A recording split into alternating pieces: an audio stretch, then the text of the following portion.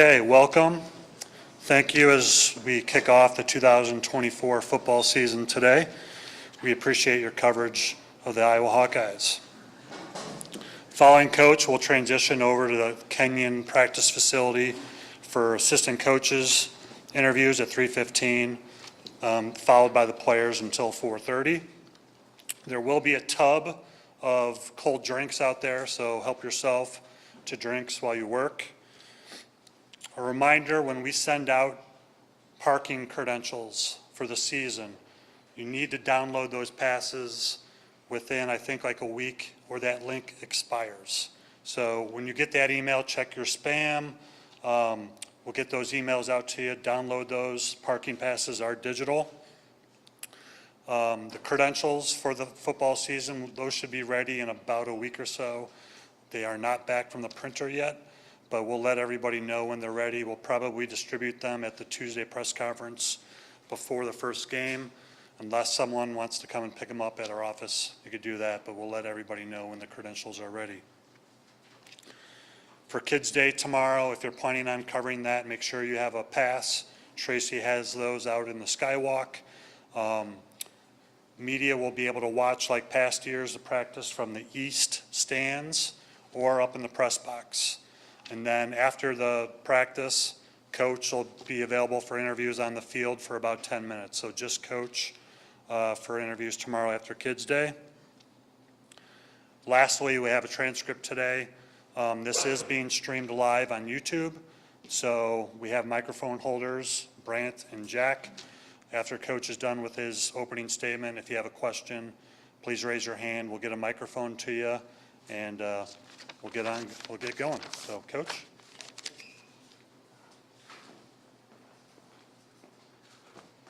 Appreciate it, Matt, and thank you, and welcome to everybody. Good afternoon.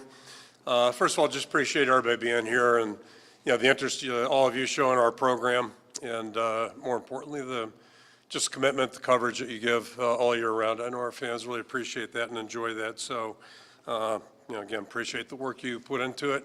I've been told we have 22 days till game week, so I guess that makes sense. And 138th year of Hawkeye football in Kinnick Stadium, so pretty significant. Obviously, not every year in this stadium, but great thing about new seasons, it's a new opportunity, it's a new year.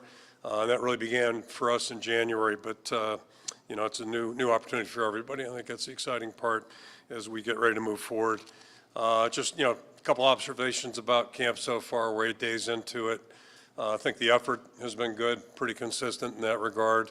Like anybody probably at this point, we're not where we need to be technique-wise, execution-wise, but like the effort. And as I've been saying, pretty much on a steady basis, the leadership base on this team has been really impressive. And part of that, you get 8 guys back in January that maybe we weren't counting on. So certainly that's part of it. But the older guys are really, I think, doing a good job of setting the pace, showing younger guys how to work. And, we got a couple tiers with the football team. So that's just part of it. And, this is, to me, just really where teams kind of get shaped and get molded. It's a great time, great opportunity. Basically, the players get up in the morning and they're either heading to a meeting, they're heading to a lift, or heading to practice, and then they eat in between and find opportunity to sleep too. So it's pretty simple, not a lot of distraction, and if a guy will play it right and take their day-to-day in a good way, they've really got an opportunity to grow and get better. And certainly that's important for our football team if we're going to be where we want to be when we get going here. So things haven't changed much since last time we talked in terms of the makeup of our team defensively. We're about as veteran as I can remember, and part of that, 6 guys coming back in January, coaching staff's in place, and we're pretty set there. Not a lot of change in that regard. And so far, again, guys are off to a good start. I think guys know what to do, and it's just a matter of doing a little bit better, a little crisper, but moving forward there offensively, very different in a lot of ways. New system, new coordinator. And a couple new position changes with Tim and John Budmeyer joining, taking the receivers. So, a little bit of change there.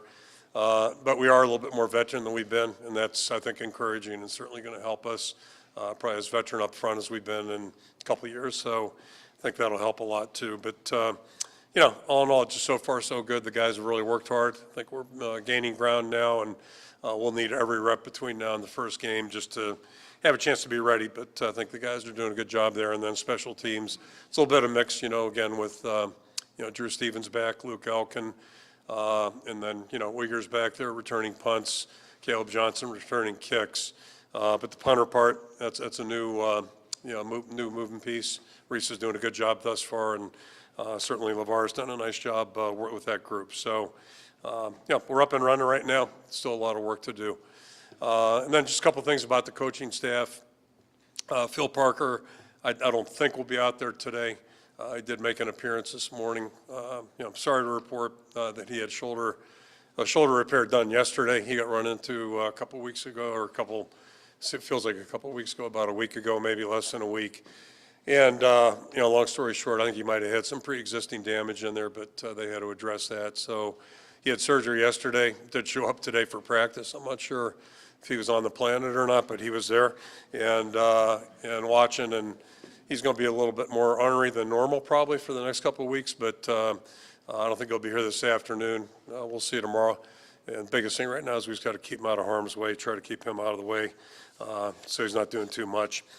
Seth Wallace, talked about his change in the out of season, and right now he'll oversee the defense, but things run pretty smoothly with or without Phil, and it'd be good to get him back here full time. And then the other announcement, just to make, Tyler Barnes has a new title. It's Football Chief of Staff and General Manager, which is kind of the vernacular, I guess, across the country now. But basically what it is, it's just a reflection of his changing job, the changing role, and I think probably a bigger picture, it's just the changing of college football, the way things have changed. And, we still play with 11 guys. I think it still takes the same amount of guys to coach, although when we did add the extra coach a couple of years ago, that was a smart move. But, coaching's still coaching. But what has changed is the world of, recruiting. And that was even a challenge 25 years ago. Pat Flaherty was our recruiting coordinator, and first year, he had a hard time getting out of the office with all the paperwork that has to be done, all the bureaucracy when it comes to recruiting. So it was pretty obvious at that point we're going to have to change our approach. We've done that, and that's kind of evolved. I never dreamt we'd have a social media department, but we do, and you have to, so I get that. It's the same thing, going back to Tyler. Tyler basically is really helpful in overseeing our entire personnel group. Used to just be recruiting. Now you got NIL, you got portal. There's all kinds of stuff, all kinds of moving pieces, and having him in place really allows me to do some of the things I want to be doing. And I think the other thing I would just mention, the recruiting calendar has changed a lot. Certainly different than 25 years ago. I would say different than 5 years ago. So with all these changes, the work that Tyler and his staff do is really critical, because it allows our coaches to actually coach the guys that we recruit to come here. And when we do recruit players, we promise them and their families that we're going to try to coach them and try to move them forward. To do that, you have to be here and you have to be present, mentally and physically. So it's really interesting how things have shifted a little bit, and I think it's a bigger challenge now than ever. So really, I want to give compliments to our personnel department. They're doing a good job, and it allows the coaches to do, I think, what they enjoy the most and hopefully what they do best. So, just in closing, again, just, new team, new time, new team, new opportunity. We are a different team than we were in April, and lots happened since then. Guys have matured, worked hard, and now the challenge is to get a little bit more cohesive, tighten down execution. We got a lot of work to do, between now and game day. But again, I think we're on a good path, and, again, plenty of work to do, but I like the guys we got. So I'll throw it out and see if there are any questions. Chad Leistico, Des Moines Register, to your left. Yep, thank you. Now that you've gotten to see Cade McNamara on the practice field for the first time since his injury, is he looking how you need him to look at this point? Same question with Brendan Sullivan. First time you've got eyes on him. So those two guys in particular, what have you noticed from them thus far? Yeah, I'll start with Brendan and just say this. I'll throw Jacob in there too. Both guys that joined us have really done a nice job, and Cade Boward the same way. He's probably a little further away, but really good prospect. Jacob's done a really nice job. You can tell he's a veteran guy. He's been around a little bit and knows how to do things and carries himself really well. And Brendan the same way. He's done a really, really good job out there. For him, it is new. It started in June for him, so he's trying to catch up a little bit. And I would say the same thing with Cade, not as much mentally, but just playing-wise. And grabbed him the other day and just kind of reminded him, he's missed a lot of time. He hasn't played healthy here, unfortunately, since he's been here last year, other than first 8 days, whatever it is here before the first Saturday. So, he's doing things. He's there mentally. It's just a matter of timing and getting back used to playing again so he can be quick and decisive with his throws, all that type of thing. So doing a good job. Just we're not there yet. And every practice is going to be important pretty much for everybody. John Sneppy, Cedar Rapids Gazette. You were mentioning Seth with that assistant head coach role. Aside from stepping in for Phil, how kind of do you see that role kind of playing out throughout fall camp and through the season? Yeah, I don't know if it's going to be a big dramatic difference, and it really is kind of more of a recognition, without going into too much detail. People were knocking on his door a little bit in the out of season. I appreciate the fact that he chose to stay here. I really do, and credit to the people that were knocking on his door. It's smart. He's a really good coach and a good person. Pretty good in every aspect of his job. So I don't see his role changing significantly. Just as a way just to acknowledge, I think, the work that he has done here. Yep. Hey, Kirk. Thanks for the time today. Elliot Clough, Hawkeye Thank you. Beacon. Talking a little bit more about Brendan Cade quarterback situation. I know Brendan was third on the depth chart that you released, or that was released when we were at Right. Big Ten Media Days. Would you say he's kind of moved into that second spot? Is he splitting maybe first team reps with Cade? What does that look like? Yeah, we're 8 days into it right now, so not making any proclamations other than, he's done a really good job. He's picked things up pretty quickly. Good prospect, and one advantage he has over Marco is he's played. He's been out there, I think 6 starts, if I know correctly, and played the week before us against Maryland and looked really good in that game. So I think he's a little further ahead from that regard. He has that experience, a little bit more confidence and decisiveness in what he does. I think probably the best way I can term it right now, it's like all positions. We'll make decisions here as we go along. But the room overall is a lot more competitive than it was certainly at the end of last December. And that was the goal, try to, get a room where you got good competition. We want that at every position, and some positions are a little better than others that way. Yep. Hi, Kirk, over here. Okay. Thanks. Scott Docterman, The Athletic. Got these bright lights. Yeah. I wanted to ask you about your defense and kind of more holistically than narrowly this year, and that is, since 2018, when you made the change to go to a cash, 4-2-5, the numbers speak for themselves as far as the growth and what the defense has been able to do. Has it surprised you that they've been so successful, especially against the run, considering you're running 2-gap and not necessarily filling every single gap with a safety and everything, and just the way that they've been able to compete at the highest level in the country?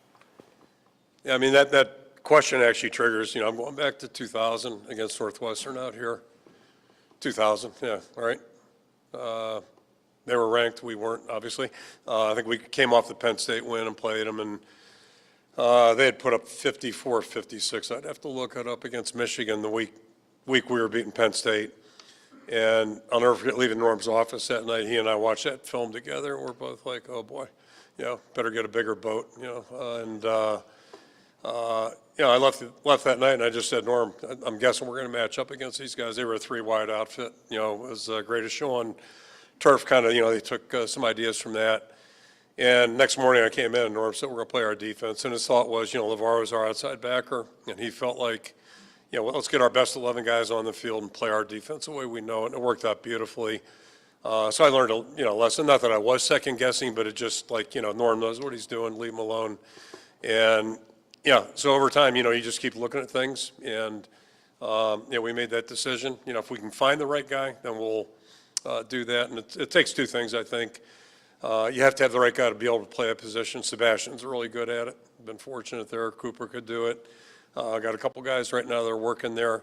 And then the other guys have to be able to do what they have to do. I think we've been lucky that we've had both, the combination of both. And it's really helped us. It's just kind of offenses have evolved typically of who we play week in and week out. And, it's kind of like I mentioned with Tyler Barnes' thing. It's a whole different job than it was 20 years ago. So I think you have to look at the game that way a little bit differently too, and that's where I do chuckle a little bit about the new teams coming in. Is it going to be a big adjustment? Well, college football has always been pretty diverse, and whether a guy's from the West Coast, Middle America, or East Coast, a three-wide offense is a three-wide offense, so is a four-wide offense. So, not that big a deal. Kind of went on a ramble there. Sorry about that. Yeah. Coach Ferentz, first off, good afternoon. Thank you. Dan Stacy, Sportscast Media. Last year, late in the regular season, you used, it was in the Nebraska game, you used a backup field goal kicker, and it worked really well. You won the game on a last-second kick. Who is your backup field goal kicker this year, if you decide to use one for whatever reason, for Drew Stevens, if you need a backup field goal kicker? Thank you. Yeah, right now it's Trip Woody, and, we're hoping we don't have to do that. You never want to do that, but, that day I just didn't have a good vibe. Drew was struggling a little bit. And, keep in mind, he was a second-year guy. And I think all players, the more they've done things, the more comfortable and confident they get. He's been a whole different person this past semester. Now we're moving into a new semester. But just carrying himself a little bit differently. And I don't mind telling you, it was an item of curiosity for me just to see how he'd go through spring and now the summer. And he's kicking the ball well and kicking with confidence. So keep our fingers crossed there. Yep. Kirk, Tom Kakert, Hawkeye Report, back here. Thanks. How are you? Good. How about you? Good. Defensive line depth is a question mark coming into this. What have you seen from that group so far in terms of developing some of that depth in camp? Yeah, I think, I'd mentioned three guys. Jeremiah Pittman inside had a good spring. He's continuing to do well. So I think we have, three guys that we feel pretty good about there. A couple candidates for that fourth spot, and they're competing at it. And then the two outside guys, Max Llewellyn continues to get better, and then Brian Allen, I think, is really improved. Both of them have a lot of work to do, but they're getting a lot of work right now. And it's been good, too, because, flipping it over, worried about that second line, that second non-senior group, if you will. And I think they've made a real good strides. But we're getting both those groups a lot of work because it's going to benefit them. We're going to need those guys this year. Tyler Tashman with the Des Moines Register. As you've coached offensive line, obviously, how would you describe what you expect the standard of offensive line play to be at Iowa, and what makes you optimistic it will be there this season? Yeah, there's a certain tempo you hope guys will play at, and there's no way to microwave it. It's a process. It's something you got to work at. I'll flip back when I went to Cleveland. I probably got hard because there was some work to do. They made a change and went in there, and I'm thinking before I talk here a little bit, we had one veteran that was established, and outside of that, we were open to change with a lot of spots. And long story short, we ended up settling with some younger guys, and that's probably why I got hard, because I was a college coach and didn't mind coaching guys that weren't first rounders. Went in and did that. And what I do remember distinctly, it was we were 7-2, so it was week 10 the next year, our playoff year. And that was a game where the line just started playing with the kind of tempo we were playing in Philly. They were 7-2. Why you remember stupid things like that, you do. But it was a big game. And our guys really played like they just took a step. And there was an error they had, just the way they played. They broke the huddle with a little bit more confidence. And most importantly, when the ball snapped, like they were humming, they were playing. And, all you do is just keep chipping away. It's like everything in football. You just keep chipping away. Yeah, but you got to have the right people, and then they just got to believe and keep pushing. And these guys have done it. We've had our share of challenging situations, but the guys have stayed. They've hung tough. George has done a great job keeping them focused on the right things, and just starting to see that in practice. We're starting to see them play at a little better tempo than we've had in the last couple of years. And I said this in Indy. All I know about Iowa football, my 35 years, 6 years here. When our line plays good and our quarterback plays good, we have a chance. We have a chance to have a good offense, and that's pretty much true of anybody. Unless you're in one of those offenses where you don't worry about blocking guys, but you better have really good skill guys. It's always good to block people. That's kind of how I was raised, I guess. Hey, Kirk. Corey Retta from the Hawkeye of the Storm. I think I caught this correctly at Big Ten Media Days. You mentioned with Brendan's skill set, potentially having a package ready for him, even if he doesn't win the job. Is that maybe some of the Tim Lester effect that he kind of feels utilizing, like you said earlier, your best players? Could that come into play at quarterback with Brendan and potentially with Marco's skill set? Yeah, I mean, Tim's done a great job. Let me say that right now. He's a great person, great coach, great enthusiasm. The players respond to him, and you know, but you know, we've had a lot. You know, I'd say this: we've had a lot of good people coaching here, and I just think that's good football. If you got a guy who can do something, then you're going to try to, you know, maybe carve out a package or at least be ready. And right now, you know, we'll just let everybody keep competing and see what happens. But whoever's in the game, hopefully, you're going to steer things a little bit to accentuate what they do best. And there are some certain things that you may not want to do just because they don't do them well. So that's part of the package. But yeah, he's off to a great start, and he is a good athlete, and he's versatile, and seems to be, you know, really poised under pressure. And he's feeling some pressure. Like, you know, he's getting it from the defense. So it's good to watch guys react. Hey, Kirk, Shannon Earhart, KCCI. What about this offense makes you think they're going to be better than last season? You know, I'll start with the, you know, a couple questions ago, just talking about the line. I just think we're finally at a place maybe where we can, you know, play at the pace we would like to play, and that's you know, it's a good thing. So at least it gives you a good start. If our quarterback will make good decisions, which I'm confident, you know, we're going to be a little bit better off there, certainly than we were the last part of the season. And then you got to keep guys healthy, and they've got to play it up to their level of capability, which I think we're, again, a little bit healthier than we've been the last couple of years, pardon the pun there, but, you know, we've got the potential. We've got a couple good tight ends, good tight end room. The receiver room's young and I think promising. It's encouraging. We're not there yet by any stretch, and we've got a group of backs that are capable. So, you know, if everybody will play and utilize the experience that they've gained, which is, you know, easier said than done sometimes, and put all it together, and, you know, if we're cohesive, we'll have a chance to be okay. All right, Coach Lane here, to stay alive, Power 5. So as you know, I know you don't give much thought into this, but the coaches poll was released earlier this week, and it had the Hawkeyes at 25th. Do you think that's a fair assessment of your team? I have no idea. I'm pretty sure Ohio State's really good. Pretty sure Georgia is, without, you know, I haven't seen a Georgia film in I don't know how many years. But, you know, outside of that, that's what's great about college football. Nobody really knows. And, you know, I just know this. I like the way our team's working. I think we have potential. And, you know, ultimately what it all boils down to is what's going to happen, the 12 games that we're guaranteed. How are we going to – we're going to show up and we're going to compete and not beat ourselves. You know, those three things are really important. And, you know, that stuff's under our control. So, you know, none of us know who's going to be across the line of scrimmage, you know, whenever September, October, November come. And, you know, we're not sure who's going to be playing for us either. So it's just how you handle all those variables. Right now it's just about worrying what we can do and hopefully having a good practice tomorrow. Thanks, Coach Ferentz. Noah Caruso, KDSN Radio.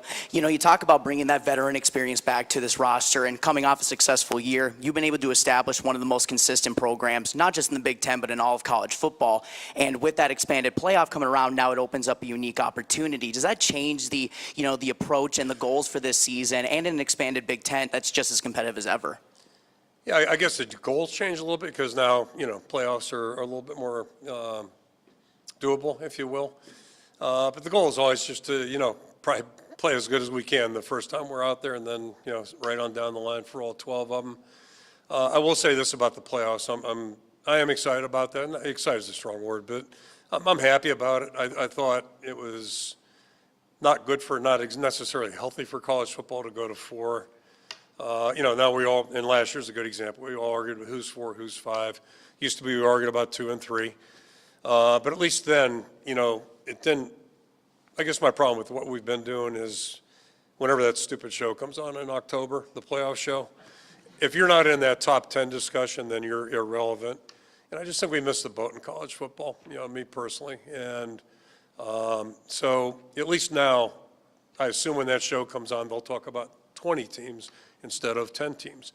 And that's good, that's healthy. And I think the more teams they talk about, the better, because there's so many good stories across the country. And so that was my problem with the 4 thing, you know. And I guess we're going to go to, what, 14 or 16 next. So if we're going to open up, might as well open it up. And I'll give Tim Polisak a call, and, you know, he can tell me about how you practice during finals week and all that stuff. I'll get some tips from him and play 18 straight games. But, hey, if we get the chance to play him, nobody's going to complain, I'll promise you. Kirk, Elliott Clough, Hawkeye Beacon. I know you've only been practicing 8 days, right?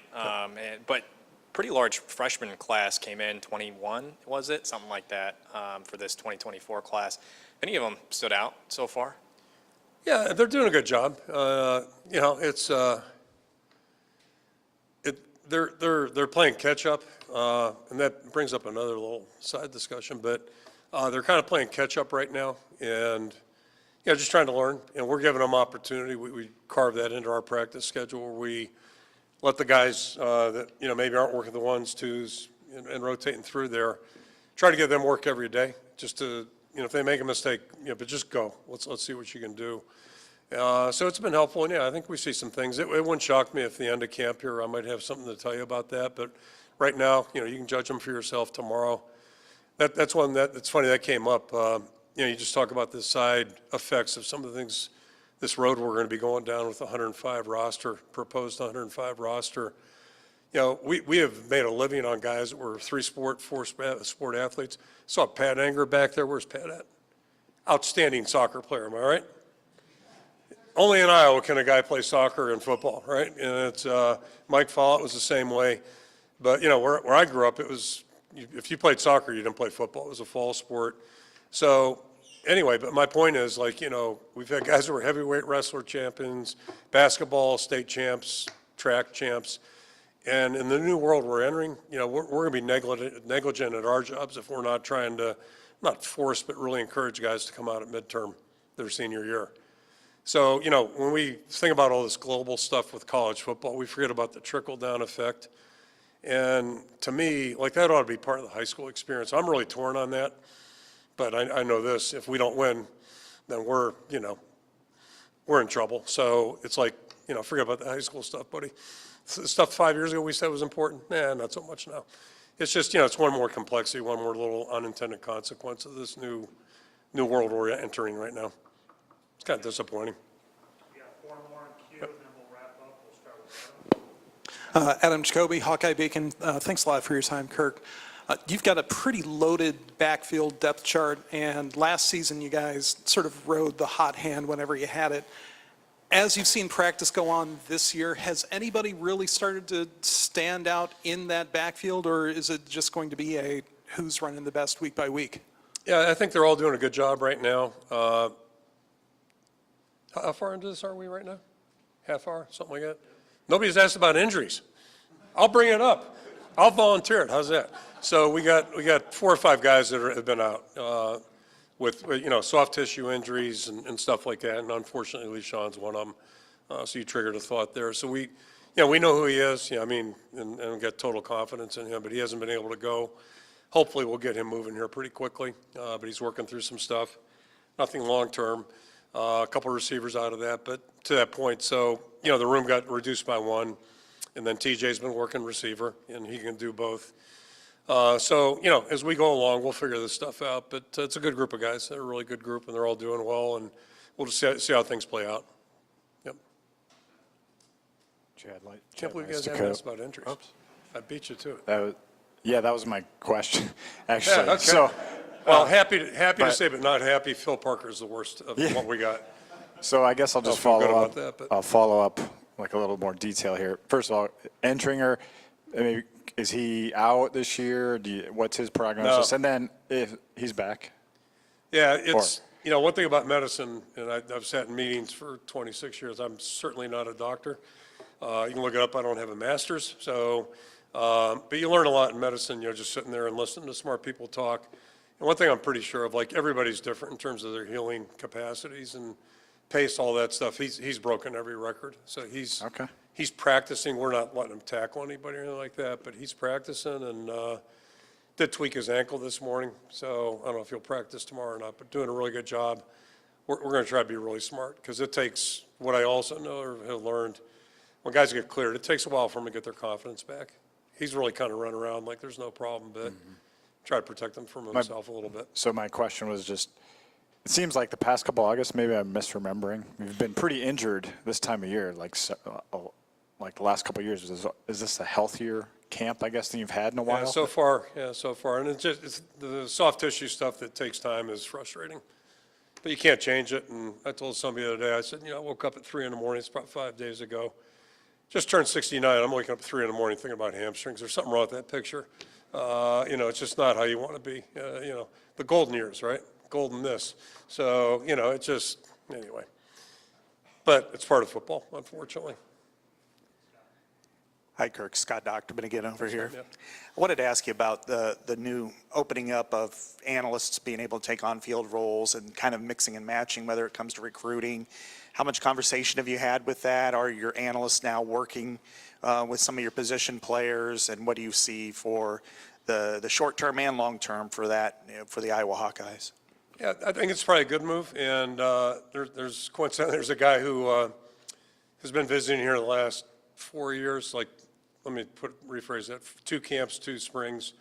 A veteran guy that if I had taken a job in San Diego, I looked at a job in San Diego in 1996. He was on the staff with Bobby Ross. So anyway, we've known each other for quite some time. He's come up, and my point is I invited him to camp this year. He got hired at a university in the ACC as an analyst to come in and actually coach hands-on. I think we've got a good coaching staff. I don't think we have been deficient with the work that we do with our players, and that's what I was alluding to with the recruiting staff. As long as we have what we need there, I'd prefer the coaches to do the coaching. And I don't mean that disrespectfully, but the guys that are here every day and the analysts that we do have, yeah, they're helping out, but they're not the primary coach. And I'm kind of a believer in, there's responsibility, there's accountability, and if you coach a position, you coach them. And one thing on coaching, I was a line coach by trade, and I got asked by someone I worked for at one point, would I be comfortable in having a guard tackle, or his guard center coach tight end tackles? And I told the coach, I said, you're the head coach, you make the decisions. I said, my preference is I'd rather have those 5 guys. I just think it's really important that players hear a single voice, and they get consistent coaching. And then in turn, as a head coach, I like to be able to go right to the source. Hey, what are we doing here? What are we teaching? What's the communication? All those kinds of things. To me, the more people get involved, the more of this stuff you got going on, or I thought I heard, and all that stuff. And I mean, it ain't that hard. There's still 11 guys out there, and it's still the same game. What is hard is doing it. Being a good tackler, good blocker, that's hard. But I think we can coach it. So, maybe I'm missing the opportunity here. We'll see. Well, we'll keep looking at it, but I wasn't eager to bring in 5 new guys. Last question, back left, Scott. Coach, Scott Sable from Hey, Scott. KCRG. I want to ask you about Caden Weegan. I've heard good things about him. How far has he come, and what can he do for your team this year? Yeah, he's always been fast, and he's fearless, as you've seen. He has no fear out there. But, as funny as it sounds, he's still learning to play football. And he's getting it down and, doing a really nice job. He's got a great attitude, everything you're looking for in a football player. And, I always say, for us to be successful, we need good stories. And it'd be wonderful if this is his time to just kind of bust out and play with confidence. I would say he hasn't done that. He hasn't played with the kind of confidence. And that kind of sounds contradictory. He is fearless, but he doesn't, confidence in what he's doing, how to do things, how to set things up. So his abilities can show a little bit more. And I do think he's learning to do that. So, it's been good. Yeah, it's great to have him on our team. Great. Thank you, Coach. Okay, thank you guys. See you over there.